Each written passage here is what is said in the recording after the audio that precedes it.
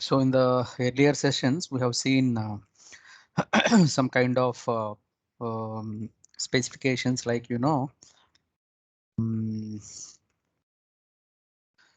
NumPy, pandas. Okay, so all those kind of the discussions.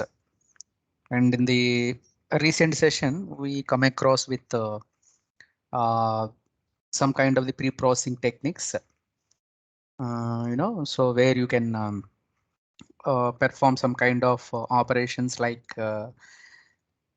um, analysis like missing value imputation, encoding techniques, and as well as the feature engineering, all those things we have seen. Now in the today's session, we'll see visualization with Matplotlib and Cburn.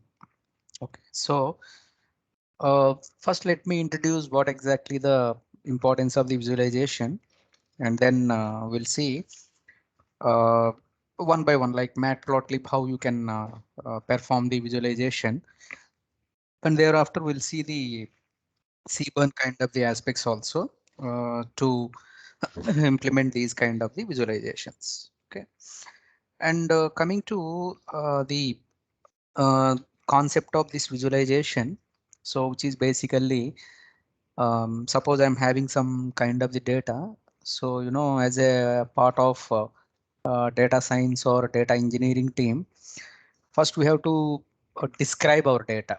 Okay, we have to see what exactly our data is trying to say, and with the help of the model we have to generate some kind of the predictions. And these predictions, again, these predictions can be specified with the visualization techniques, so we can get the insights of the data. Okay, hope you got the point. So the point here is, as usual, if I'm making use of some kind of the um, description about the data description, so far we have seen some kind of the textual information like information, describe and all, but the same kind of the textual data you can convert into the visual formats. Generally, the images or visual formats are easy to observe and easy to understand, so that one can easily think through and have their own kind of the analysis and inference based on those kind of the things. So that is to clearly observe the data and to come to conclusion, we need to have these kind of the visualizations. And as far as if you are considering the Python, okay, so these visualizations can be observed in two packages, friends, basically. One is the Matplotlib, second is the Cburn library. So these two are the uh, packages where you can make use for the concept of the visualizations. Now at the moment I'm talking about the Matplotlib kind of the library. Basically the Matplotlib, so which is providing some kind of the plots. So based on those kind of the plots, you can utilize the data and you can represent the data. And if you remember, friends, and recollect, on top of this NumPy, okay, these Matplotlib,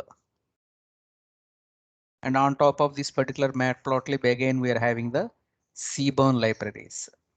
Okay, so that means directly or indirectly, we are making use of these particular arrays and certain functions like range functions, range, all these things will be using in case of this Matplotlib and as well as the Cburn libraries. So the advantage of this Python usage is we are not leaving anything actually, starting from the data structures like list, okay, and as well as the tuples, and then sets. We have seen some kind of the dictionaries. Okay, so all these kind of the data structures here and there we are using. Maybe today also in our specifications, we are going to use the list and all the things. And coming to the data structures I'm talking. And another thing is, friends, if you are referencing the NumPy, so basically we are using the concept of the arrays and with some kind of the statistical methods or functions, some kind of the statistical functionalities. Okay, so these things you can observe easily. So and apart from this, if you are talking about the pandas, it's a little bit some more functionalities we have seen in the context of the series and data frames. And if you refer the series and as well as the data frames, most of the times our entire analysis is revolving around these series and as well as the data frame aspects. Now we are jumping into this Matplotlib. Okay, so as to verify the visualizations, and thereafter I'm going to introduce the cburn library, some of the functionalities related to the cburn.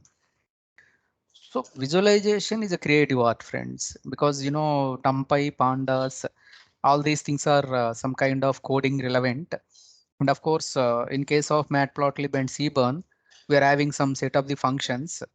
And according to the your requirement, you can perform some kind of the activities by using these Matplotlib or cburn kind of the activities.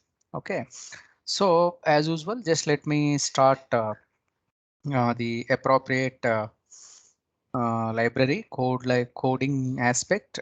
And now just let me start one thing, friend. Just I have created some Matplotlib library for us.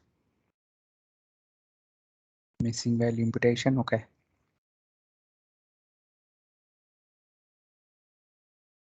No problem. Let me create.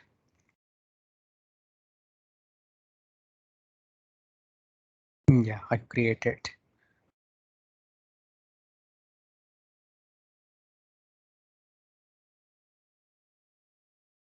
Yeah. Within this, what I'm doing is just I'm making use of new so that it is going to store in that location.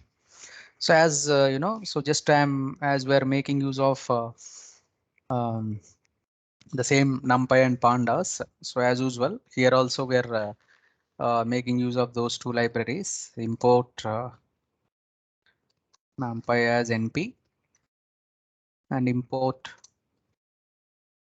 pandas as PD. So these two are the normal libraries where you can use. One more thing, na? So we are introducing one more aspect. What is Matplotlib? Okay, dot some other thing. PyPlot is there actually. So matplotlib dot pyplot, and as usual, this one we are taking as PLT, friend. Just if you observe the common alias name where you can make use for the NumPy is NP and for pandas is PD. Similarly, for the matplotlib, within that we are having the pyplot. Just where every time you need not refer matplotlib.pyplot, such a lengthy statement. Rather, you can mention that PLT. So with the PLT, you can access all the things. Just you can give a run on that so that we are now able to make use of these particular libraries in our implementation. Now, what we'll do is we'll try to see some of the arrays and as well as some kind of the functionalities. So on top of that, just will one by one we are going to add. Okay, like if you see x equal to x and y values, what I'm taking here is just I'm making use of some. And one more thing, friends, just if you refer, in case of the visualizations, it is always preferable to have these kind of the representation, like you know. So suppose I'm having some axis and this is x-axis and as well as the y-axis. So based on some kind of the data, I'm having the experience and as well as the corresponding salary. So accordingly, just you can draw the appropriate graph or whatever the representation. So generally, while dealing with the Matplotlib or cburn, so just it is expecting the access information. Okay, our functionality expecting the access information. So for that particular purpose, what we are doing is just we are making use of this access also. X and Y axis. So I'm logically we are referring X value and as well as the Y value. Now one more functionality I'm introducing their linspace actually, which is used to generate the numbers evenly. In the earlier sessions, we have seen some number generation, maybe range or a range or some kind of the random integer like that we are generated. Now this time what we are doing is we are using one more function called linspace. So just which is creating some set of numbers evenly in the given range. And just I am making use of this linspace. And for y also, just I am giving the starting value as 10 and like this. Okay. If you want to get the syntax, just you shift tab. Obviously, you can see the appropriate thing. Okay. So shift tab allows us to observe. Okay, this is giving starting and stopping and number of entries, how many entries you want. So return evenly spaced numbers over a specified interval. So here 5 and as well as the 100, such kind of 100 numbers I want to get. So once this particular thing is over, so I want to see what is my X value. So just it has generated. Okay, so the equally or evenly spaced numbers and Y value also. You can easily observe it start from 10 and move up to some 100. Similarly, X also, as mentioned earlier, so just it started with 5 and up to it reaches to 100. So like that you can specify. Okay.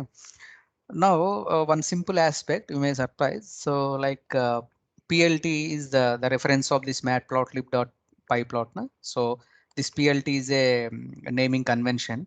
So with respect to that particular PLT dot, just we are plotting between X and Y. Okay, so see how the reference is. We mention only the plot. Okay, automatically it has taken the values. Okay, and it is going to generate some kind of the graph here. Okay, though it is a straight line. Now we may not get always the straight line kind of thing. Just we are trying to observe based on our given values only, friends. What I want to highlight here is these particular visualizations are nothing but the representations of our data. Okay, so if data is not giving anything, the representation is a resemblance of the data. Okay, after that you can add many labels or colors. That is our wish. According to our creativity, you can add. But basically, what it does is it is its main important aspect. It is going to have some kind of the data, and based on that data, the reflection is going to happen. Okay. Now one more example. So directly, what we're doing is PLT dot. This time we'll plot some kind of the numbers. With the help of the list. Okay, so 1, 4, 6, 8. So this is one list. Always you observe that the points are arranged in the corresponding x-axis and y-axis. So x-axis is containing 1, 4, 6, 8 kind of thing, and our y-axis is containing some numbers 3, 8, some 3, 5. Like that, some numbers we have taken. Okay, so just it has given some representation. So what it does is for x value 1, okay, we are having the corresponding y as 3. For x value 4, okay, we are having the corresponding 8. So that for 3, it reaches to 8 actually. For x value 6, you can see again it is meeting to 3 of the y. So for x value 8, you can see the value 5, which is corresponding value of y. Okay, x and the corresponding value y. So this is one important observation, like based on the XY association, the plot is going to generate. Sometimes, because plainly, if you see this graph, we are able to observe, oh, this is the x-axis from 1 to 8 number, and this is the y-axis which is between 3 to 8. That much we know. And the kind of the relation also you can see based on the x, how the y is going to change. But the point here is sometimes, to notify to the other users, maybe other developers would be there in our team, and we want to specify which are all the aspects. Okay, what exactly this graph is trying to do. So for that particular thing, just we need to refer some kind of the labels and as well as the titles. Okay, what we can do is just again we are going to plot the appropriate xy, but this time we are going to add some more points. So initially the title is there now. So just where we can make use of the graph title. So just you can mention plot of x comma y, whatever the value you want. Okay, so just you can make use of that, and I want to give the x label also, the label related to the x value. This is x value, some kind of the information. Okay, so plt dot y label. So just you can mention this is y label. Okay, now you see just whatever the plot we are having xy. So just we are making use of the title x and as well as the y label information. So if you consider, okay, so yeah, for that earlier xy values. So just we are having some kind of the graph, and now the title plot of x comma y we have seen, and thereafter this is y label and this is the x label. So accordingly, whatever the values I'm having, just I can make use of that convention. So this is very useful feature, friends. No matter whatever the data you are taking, whatever the data you're taking, that particular data, if I want to refer some title X and as well as the Y axis representation, I can make use of that particular convention. So this is one thing where you can make use, very useful aspect. Okay. And one more thing, friends, suppose I want to add some color or style kind of the data. So for that, again, we'll take some example. So np dot linspace of this time we'll start from 0 to 10, and likewise we're having some 20 numbers. And why, rather than generating, I want to verify the relationship between x and y, a simple equation. So y is double of that x. Okay, so that is the representation. Now we'll plot. So this particular plot remains same, x and y, and I can specify the color, friends, actually here. So B. Okay, and let us see what is that plus and all. After generation of these things, you can easily observe. And plt dot title. Uh, so here you can mention usage of color, and plt dot x label. Just as simple as possible, because the visualization is for the sake of simplicity. Okay, so just we are also striving for the same. Just will keep the things as simple as possible. So what we have done is just we are trying to print some kind of the plot. This particular part earlier we have seen sending of x and y arguments. Again, I have given the third argument. Let us see what it is going to list. See, friends, two things happen. One is the color of this particular thing is converted into blue. And another important thing is just we are seeing the way of printing this particular style. This time, if you are not giving anything, it is taking the straight line kind of the aspect. Whereas if you are giving this plus or any kind of the symbol, obviously that particular symbol associated with this color, or you can easily observe from this particular graph. Okay, so they are taking like x and y axis along with the specification of some kind of the symbol. So likewise, one can easily specify whatever the color or these kind of the things. Now maybe sometimes, friends, I want to represent multiple data items. Though the relationship is between x and y, um, according to the association between x and y, I want to segregate different kinds of the data items in the graph format. Further, just to observe here, x value again we are generating uh, np dot linspace of. This time I am taking 0, some 5 up to and 10 numbers like that I want. My y value is also I'm specifying np dot linspace of. Just we are making use of 3 comma 6 comma 10. Okay, now just we are making use of plt dot plot. Okay, so just you can refer the plot of x value, y value, along with the symbol along with the color, and I want to give the symbol minus. This is one set, and X and Y value is some kind of some value, okay, related to show the relationship between those. And this time what we are doing is B. I want to represent as a plus symbol. Now the third set is X and Y. So just I am making use of this thing, and I want to represent as a green some kind of the hash symbol. Maybe I want to give different kinds of the representation. So we'll try to observe this plot. X and Y generated with the help of the linspace, that we are okay. And X value, Y value are represented here. And what we're doing is red color with the minus and some kind of the relationship between X and Y. And if you observe friends, X and Y are not changing, but we are dynamically verifying that.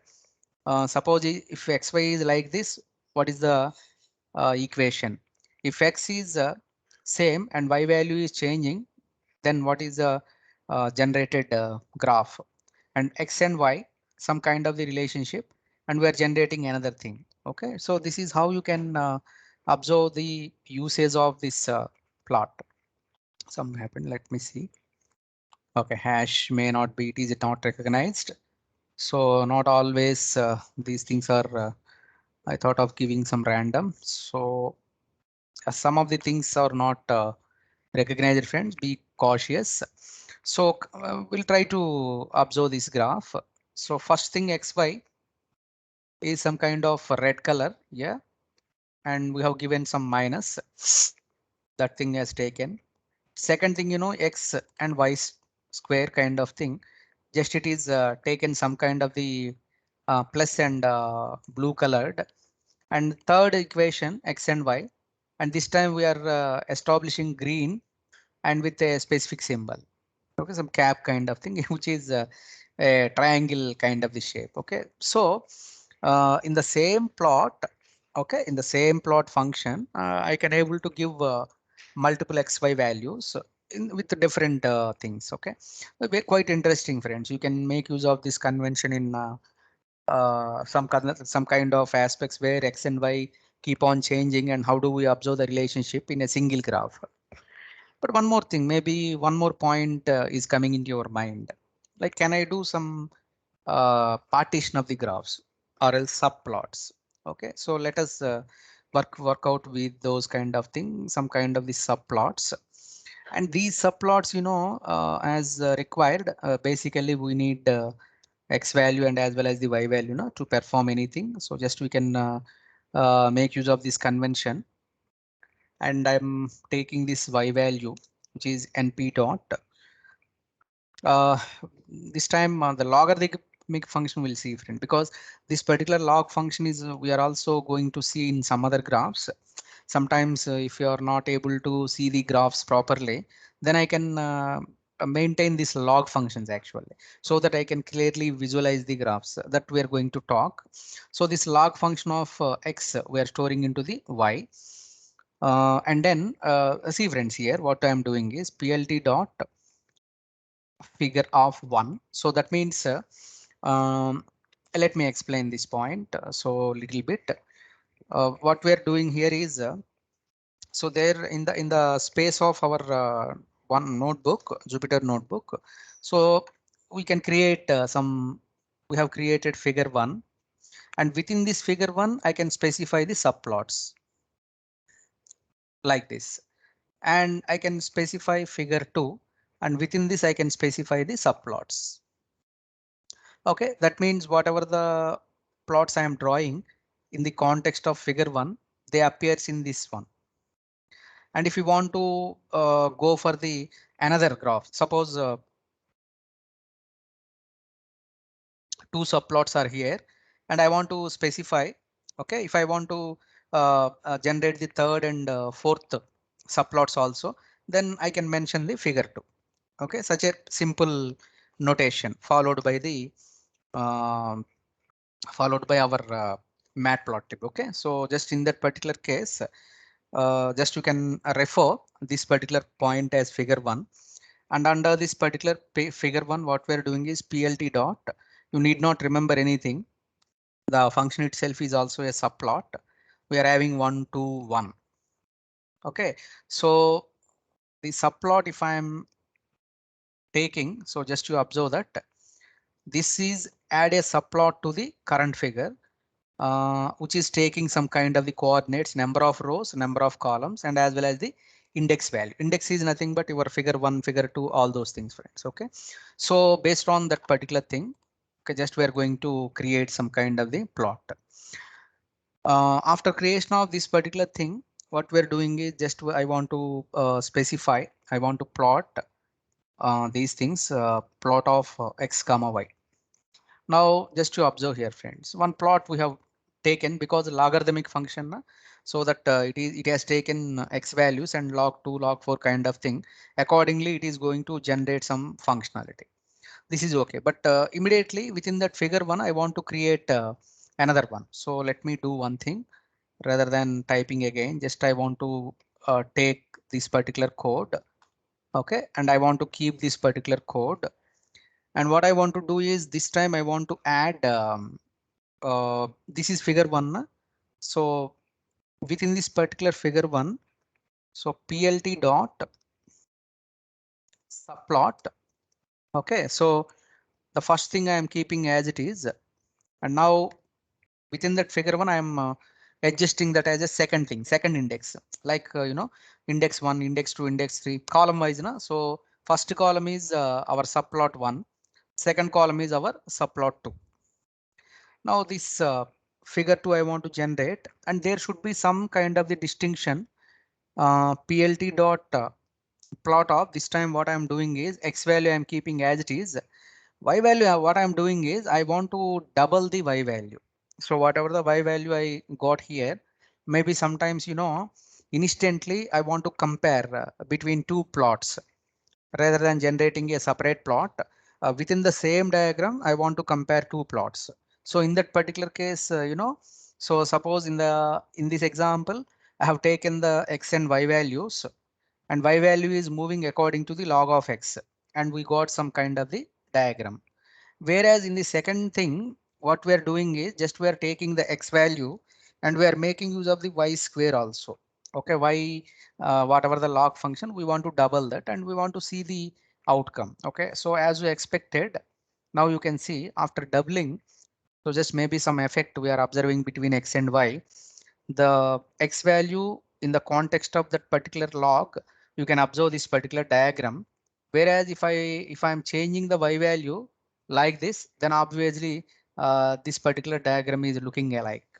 Okay, looking like this. So this is how you can specify the uses of various subplots, and according to your requirement, maybe you can take figure 2 and as well as generate those kind of the observation. Figure 1, so the column wise it is going to specify, accordingly you can perform the activity. So this is how you can represent the plots and all. Okay, let me give a quick summary so that before moving to other graphs. So initially we started with the import of this Matplotlib. So this Matplotlib commonly used as matplotlib.pyplot as PLT. If you see PLT, that is reference to the matplotlib.pyplot. And we started with taking our own data, x value and as well as the y value. And accordingly, initially we have generated the plot is a function where you can generate the appropriate graph from x and y. And coming to the second important thing, just I am making use of plt.plot of the corresponding list, whatever I am having. Okay, I want to generate some kind of the plot between x and y values based on the relationship. Next, what we have seen is see roughly generating the graph may not give the proper idea about that particular information to the other users. So for that particular purpose, we're having title, x label, and as well as the y label to notify what exactly we are doing. Okay.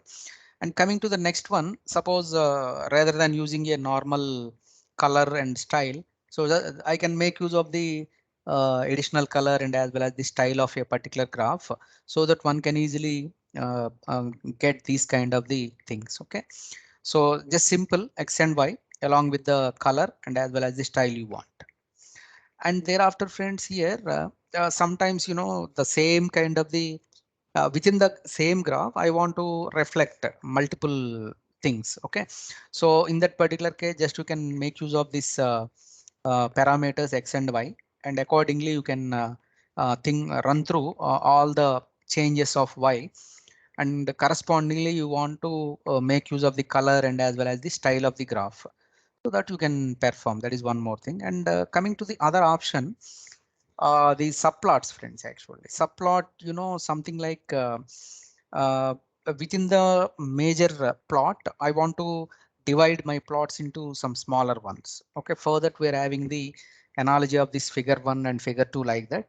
So figure 1 specifies that within the corresponding row, like in case of the row and column, friends, subplot is a column, figure is a row, like the two reason you observe. So in figure 1 I want to generate subplot 1. This is the index value. So I could able to see only one because I'm having only one subplot, and I want to use the same figure 1 so as to generate the another subplot, so that I can go and change this particular index. Obviously, according to that figure 1, I can get this index things. Okay. Now coming to the other plots, friends, because this is another advancement in the Matplotlib usage, because if you refer the plots kind of thing, we're having many plots. To name a few, box plots we're having, and thereafter we are having some kind of the histograms. And third important thing is scatter plots, and fourth one is some bar plots, like that. We're having some different kinds of the graphs.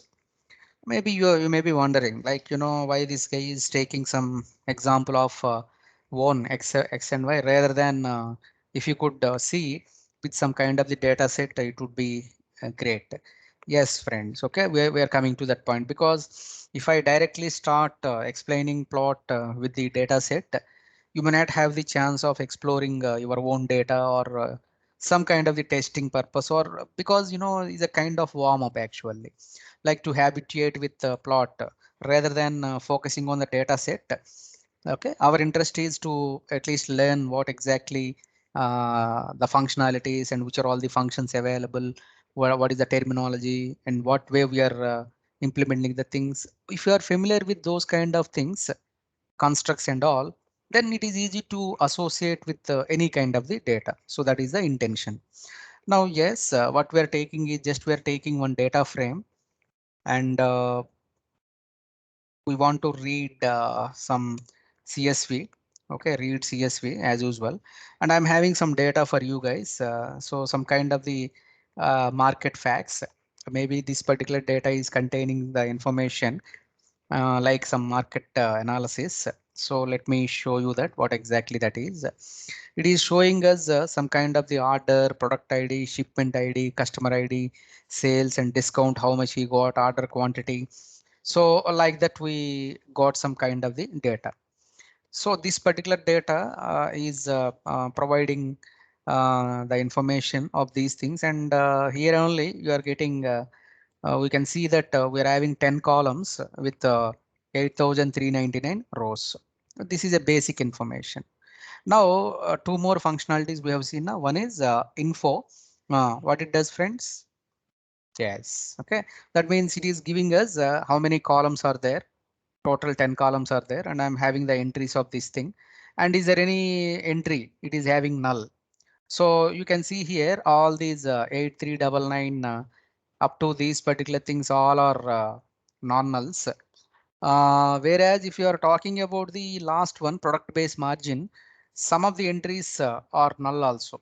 Okay, so now the context of this particular session is not the um, understanding of this particular thing. I mean missing value, that already we have seen in the earlier session, how to handle the missing value by dropping them in case of the data frame, or by updating the mean with some kind of the data. These conventions you can follow. Okay. And moreover, just if you are making use of okay the convention like what exactly our implementation, so that you can perform accordingly. But our interest is to make use of this particular data set, and we are trying to come up with some kind of the analogy. Okay, now let us see the usage of the box plot. Okay, so the box plot, what we are doing here is just as usual, just the PLT remains same. Now what we're doing is direct function box plot data frame we are sending. But what I'm doing here, friends, if you directly give this, it is giving some error.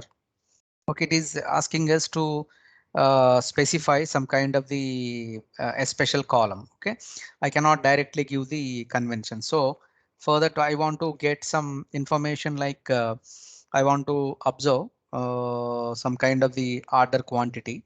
So I want to generate some kind of the this thing. Okay, order quantity. Let us run this. Okay, it is saying something. So one more thing, friends, here it is giving us all the description also. So simple point plt dot show if I'm giving. Now this time we are only getting this box plot. Okay, what it is saying is this axis wise we are not having anything here. So just we are making use of this particular quantity, and there is a nice observation. Okay, so just all the values are equally distributed kind of the thing. Now earlier to this plt dot show, okay, we are having some kind of values. Okay, so just if you are making use of this thing, what I'm doing here is let us keep these two so that you, while practicing you can observe that. And I am taking off this particular show. Okay, this is see all the details it is giving, how he has generated and all the things, because box plot and all at this median. Actually, what do you mean by median, friends? From our stat backgrounds, the 50 percentage data. Okay, so your the entire data is spread over from this particular one to some 50 around, but majority of your data is in between 20 to 30. Okay, mid range. Okay, so that one it is trying to give.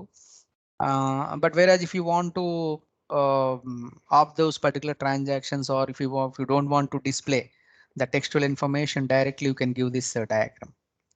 Okay, now suppose if you are observing the kind of implementations, like I'm having some sales data with me, and I want to specify this particular sales data in the subplots format. Okay, so subplots we know now. So we'll try to associate some of the subplots. Subplot of what I'm doing here is, friends, 1 to 1. One more happy news is you need not specify figure 1. By default, it is figure 1. Suppose if you are having multiple indexes, then only you need to specify. Okay, so plt dot now we are generating the box plot, friends. Box plot of, as mentioned earlier, df along with the data frame. I have to specify the kind of the data I want. Now this time I'm having this sales data with me, and I want to observe the sales data, how the sales of this particular data. Okay, the company or whatever providing us. Okay, so the sales data we're having. So just we are preferring to generate one more subplot. Another subplot I want to specify to. Okay, so and then plt dot box plot of. Okay, so now what we're doing, df of. So just you can mention the same sales. This time one more important thing, friends, here.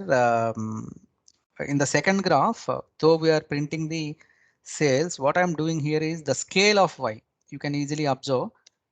This time we are making use of the scale of y as some logarithmic scale that earlier also I have referred.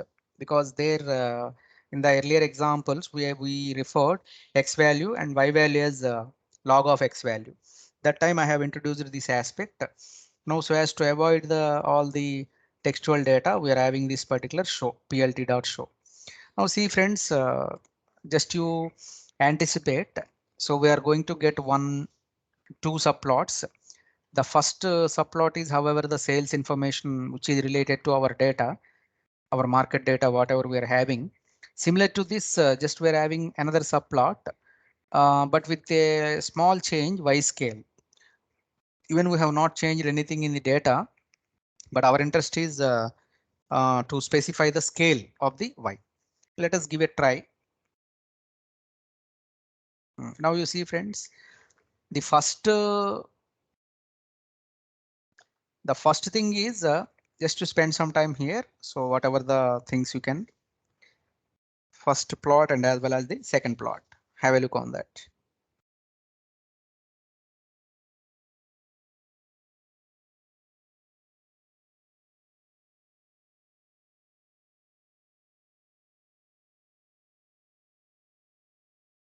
So if you refer the first important thing, without any scaling,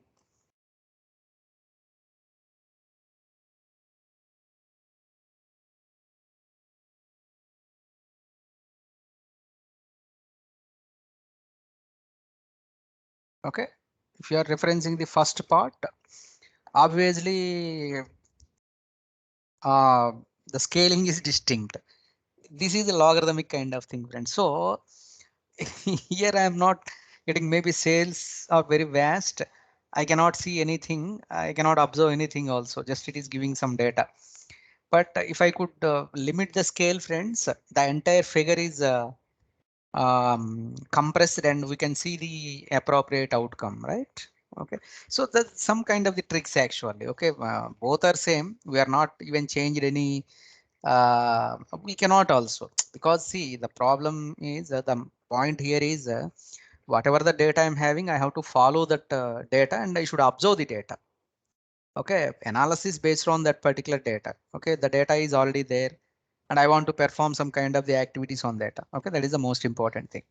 This is a simple box plot kind of thing, friends. Now we see histograms. Okay, so what exactly the histograms and all? Simple as that of if you refer the histogram and this particular histogram, the same formula. So just the data and just we will give the sales actually. And as usual, as per our convention, so just we want to avoid that textual information. Just you can see. Okay, so this histogram showing some kind of the span. Okay, span between the sales and all the details.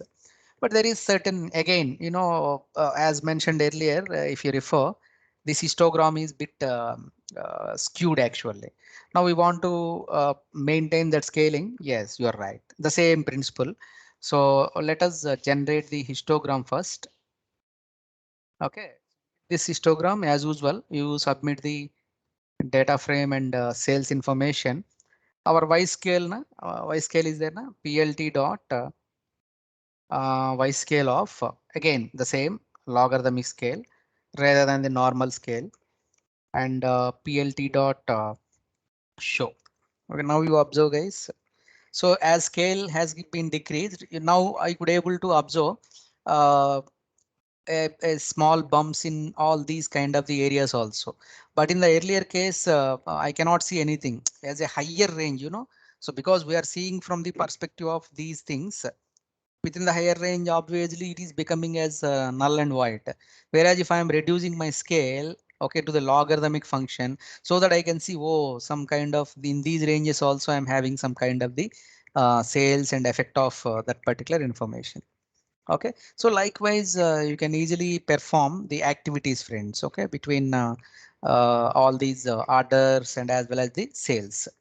Maybe by this time, one more point maybe entered into your mind.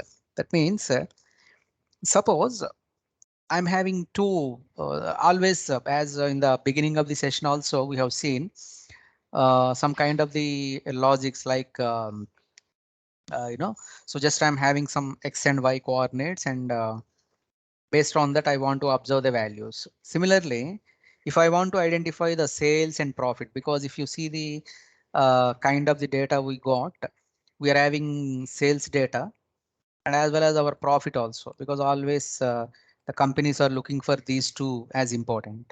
Now I want to identify, is there any correlation or whether we are going in a proper direction or not. For that, some kind of other graphs are also there. Those graphs are nothing but the scatter plots actually. Okay, so the scatter plot, observe here friends, PLT dot scatter off. Okay, so whatever the data frame we are having, just we are making use of sales data, and then we are making use of because our requirement is profit. Na? So just you can select this particular profit, and simple PLT dot show. Okay, how you see. Hmm. That means just this particular sales we can observe, and as well as the profit information. So whatever the profit I'm having, so accordingly, just you can, there is some kind of the correlation friends actually, whatever the sales and as well as the profit kind of thing, just you can observe there is a scatter. So how the sales and profit are moving and all those kind of the conventions you can easily specify. So this is how you can observe the relativity or correlation between multiple things. Okay. There is one more interesting thing. So as however we are talking about the visualizations, now is there any possibility of working with existing images? We may not always do, but out of interest, you can, if you want to pull some kind of the image and you want to load the images through this particular thing. Yes, of course.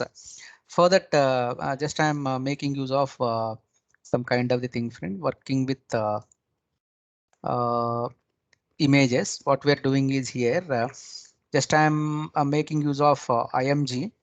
So just I can specify PLT dot uh, image read actually. I want to read some kind of the image which is already there, and I am having one image for you guys. And this image got placed into IMG now. Now I want to show this particular image. Okay, so I am show. Okay, so just I'm after getting that image into our workspace, where we want to show that image, and now you can use this PLT dot show. Now a simple thing, friends. I'm having some image with me, and I want to load that particular image. So based on that particular things, uh, you can specify the orientation. Just to run this, I'm having this Viveka image, and I want to load that image. I have loaded with the IM read and showing of the image. Now we'll try to observe friends. Maybe if I'm not, if you are seeing this image, I have not given any numbers or something here, but still you can observe this particular image has printed these kind of the details. Now, at the moment you are working with the images, out of this thing, just you can see here, type of IMG. See how it is saying ND array. That means we worked with arrays na, in case of the NumPy. There we have seen 1D, 2D kind of the arrays. So definitely, though we are working with images, Python is considering that image as the array kind of thing. That is the first point. Now one more thing, maybe, yes, data type. Okay, I can give the data type. Now you see friends, this is a floating type.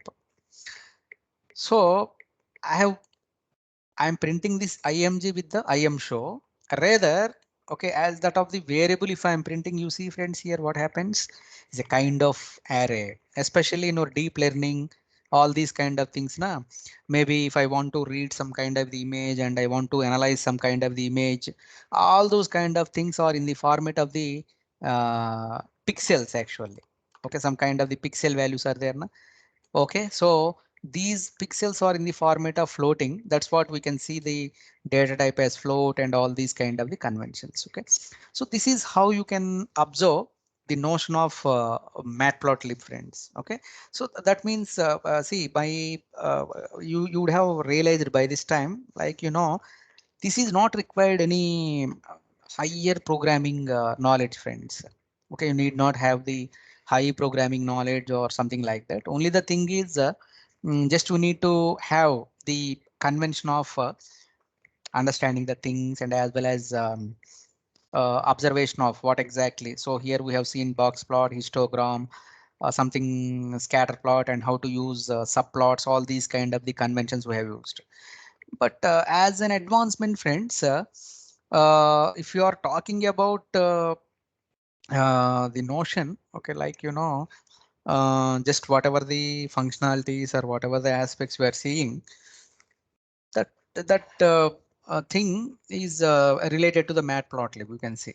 But now the point is, friends, sometimes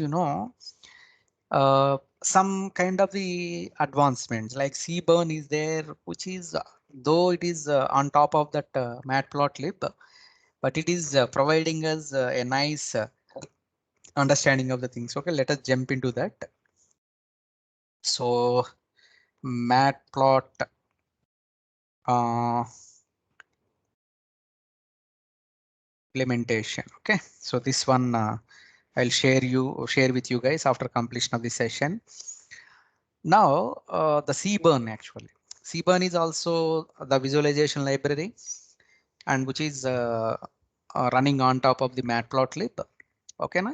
And but what is the benefit of that cburn? Okay, so rather than typing and doing all these things, what I have done is I have collected some data for you. I have compiled something for you, friends, so that I can easily walk through typing and all again explaining. So I'll try to focus on complete explanation. Okay, by this time you got how the images and plots can be generated, because not much programming. We are not having any programming kind of the constructs.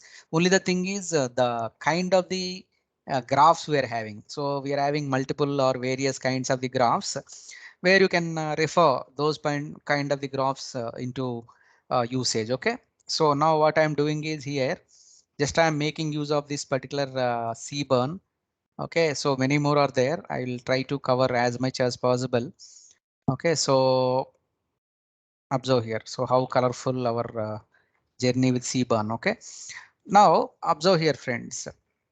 In cburn we are having various um, uh, kind of the plots. Maybe in case of the matplot also we're having the scatter plots, and just now we have seen. Now as usual, import numpy as np, pandas as pd, matplotlib.pyplot as plt. These are all common. And now our interest is to work with okay, so some kind of the cburn. So the library provided for us is cburn, and we are making use of that alias name as sns. Okay, so whenever you are saying np, so just you connect with numpy. PD if you are seeing, that is the relativity with the pandas. PLT is related to the matplotlib.pyplot, and SNS. Okay, at the moment you are seeing SNS, you can refer the cburn kind of the aspect. Okay, so this is clear, I think. Okay, because numpy we are using, pandas we are using often in our code in the format of the data frames, and matplotlib also we are using. I'll give you. Maybe you at this moment you may have some doubt. So as we are moving ahead to cburn, why we need to use matplot? This is as much as simple, friends. The answer is though I'm having pandas, why I need numpy? Yes. Okay. Maybe you want to use some statistical methodologies, or you want to perform some kind of the activity. So in that particular case, definitely we should make use of the numpy and as well as the. Okay. So that is what how we can refer. Now for that particular purpose, so I have taken one example of the office sales, friends, and just I try to load this particular data. I want to try to load the data.